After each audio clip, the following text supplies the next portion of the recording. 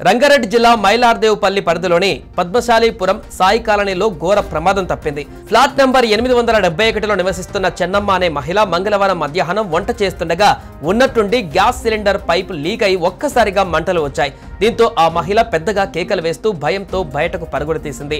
వెంటనే అప్రమత్తమైన స్థానికులు సంచిని నీటిలో తడిపి మంటలు అంటుకున్న సిలిండర్ కు చుట్టి మంటలను ఆర్పివేశారు.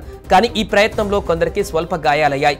ఇక స్థానికుల సమాచారం మేరకు అగ్నిమాపక సిబ్బంది అక్కడికి చేరుకొని ఇంట్లో అంటుకున్న మంటలను ఆర్పివేశారు. అయితే ఈ ఘటనలో ఎలాంటి ప్రాణ నష్టం జరగకపోవడంతో అంతా ఊపిరి పీల్చుకున్నారు.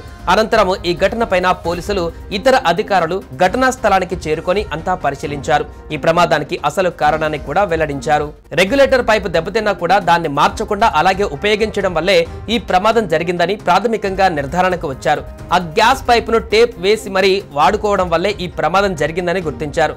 ఈ సంఘటనతోనైనా ప్రజలు అలర్ట్ అయ్యి గ్యాస్ వినియోగంలో తీసుకోవాల్సిన జాగ్రత్తలను పాటించాలని సూచించారు.